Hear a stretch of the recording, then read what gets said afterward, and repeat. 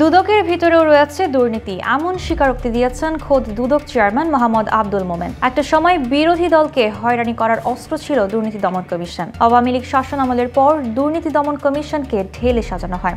দুদক সংস্কারে গঠিত হয় কমিশন, কিন্তু কতটা বদলেছে দুদক? দুদক চেয়ারম্যান নিজেই দুদকের কর্মকাণ্ডে খুশি নন। এক গণশুনানিতে দুর্নীতি দমন কমিশনের চেয়ারম্যান মোহাম্মদ আব্দুল মোমেন বলেছেন, শুধুমাত্র দীর্ঘসূত্রতাই নয়, দুদকের ভিতরেও রয়েছে দুর্নীতি। দুদকের সমন্বিত জেলা কার্যালয় সিলেটের আয়োজনে এবং জেলা প্রশাসন ও দুর্নীতি প্রতিরোধ কমিটির সহযোগিতায় এই গণশুনানিতে ৭৩টি অভিযোগ উত্থাপন ও শুনানি হয়। জীবন অবাক না করলে কে করবে? ২৮% মিল্ক ফ্যাটের অবাক করার সাথে ফ্রেশ মিল্ক পাউডার। জীবন অবাক করুক প্রতিদিন। এতে অংশ নেন সংশ্লিষ্ট দপ্তরের অভিযুক্ত কর্মকর্তারাও। গণশুনানি শেষে দুদক চেয়ারম্যান বলেন, যারা সেবাদাতা তারা মূলত সরকারি কর্মকর্তা কর্মচারী। সরকারি প্রতিটি প্রতিষ্ঠানের বিরুদ্ধেই সেবাগ্রহীতাদের অভিযোগ আছে। আমরা নিয়মিত রেইড করছি, কিছুটা উপকারও হচ্ছে।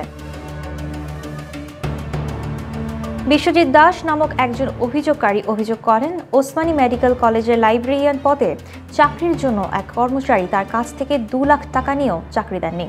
টাকাও ফেরত না দেওয়ার অভিযোগ উত্থাপন করলে দুদক চেয়ারম্যান তাৎক্ষণিকভাবে ওই কর্মচারীকে সাময়িকভাবে বরখাস্ত এবং তদন্তের নির্দেশ দিয়েছেন।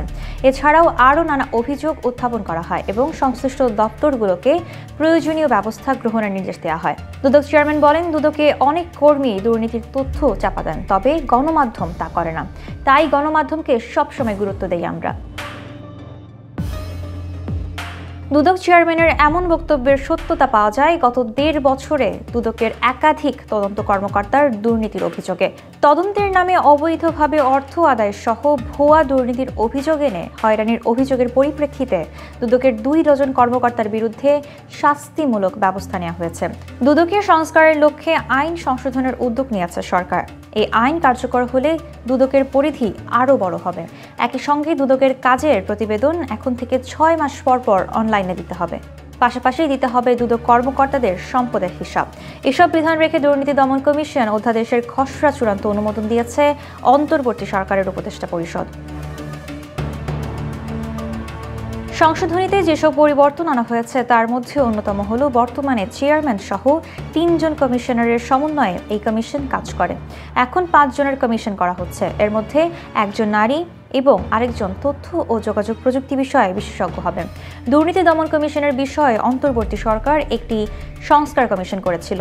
তাদের অনেক সুপারিশ ছিল। সেই আলোকে দুদককে কিভাবে আরও কার্যকর একটি প্রতিষ্ঠান করা যায় সেই বিষয়ে করা অধ্যাদেশের খসড়াটি অনুমোদন দেওয়া হয়েছে। তবে এই সংশোধনীটি সন্তুষ্ট নয় ট্রান্সপারেন্সি ইন্টারন্যাশনাল বাংলাদেশ। বাছাই ও পর্যালোচনা কমিটি গঠনের মতো গুরুত্বপূর্ণ কৌশলগত সুপারিশ বাদ দিয়ে দুর্নীতি দমন কমিশন অধ্যাদেশ চূড়ান্ত অনুমোদন করায় গভীর হতাশা ও ক্ষোভ প্রকাশ করেছে তারা। দুদকে জবাবদিহির বাইরে রাখার মাধ্যমে রাষ্ট্র সংস্কার কেবলই ফাঁকা বলি কিনা এই প্রশ্ন তুলেছে টিআইবি। দুদককে প্রকৃত অর্থে একটি জবাবদিহিমূলক স্বাধীন নিরপেক্ষ প্রতিষ্ঠানে পরিণত করার এই কৌশলগত সুপারিশটি অনুধাবনে সরকার ব্যর্থ হয়েছে উল্লেখ করে টিআইবি আরও বলেছে, রাষ্ট্র সংস্কারের দায়িত্বপ্রাপ্ত সরকারের জন্য এটি স্ববিরোধী ও সংস্কার পরিপন্থী নজির। ঐক্যমত্য কমিশনের প্রধান ও ১১টি সংস্কার কমিশন প্রতিষ্ঠার যুগান্তকারী সিদ্ধান্ত গ্রহণকারী হিসেবে প্রধান উপদেষ্টা দুদককে জবাবদিহির বাইরে রাখার মাধ্যমে রাজনৈতিক দলসহ দেশবাসীকে কি এই বার্তা দিতে চাইছেন যে রাষ্ট্র সংস্কার কেবলই ফাঁকা বলি? এই প্রশ্ন বিবৃতিতে তুলেছে টিআইবি।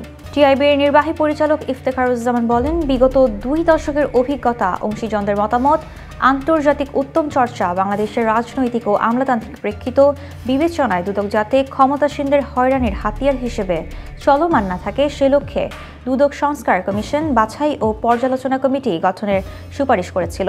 জন্মলগ্ন থেকে দুদক যেভাবে জন আস্থার সংকটে ভুগছে এবং স্বার্থান্বেষী মহলের ক্রীড়নক হিসেবে ক্ষমতাসীনদের সুরক্ষা আর প্রতিপক্ষকে হয়রানির হাতিয়ারে পরিণত হয়েছে, তা থেকে উত্তরণ ঘটাতে অত্যন্ত গুরুত্বপূর্ণ এই প্রস্তাবটি করা হয়েছিল।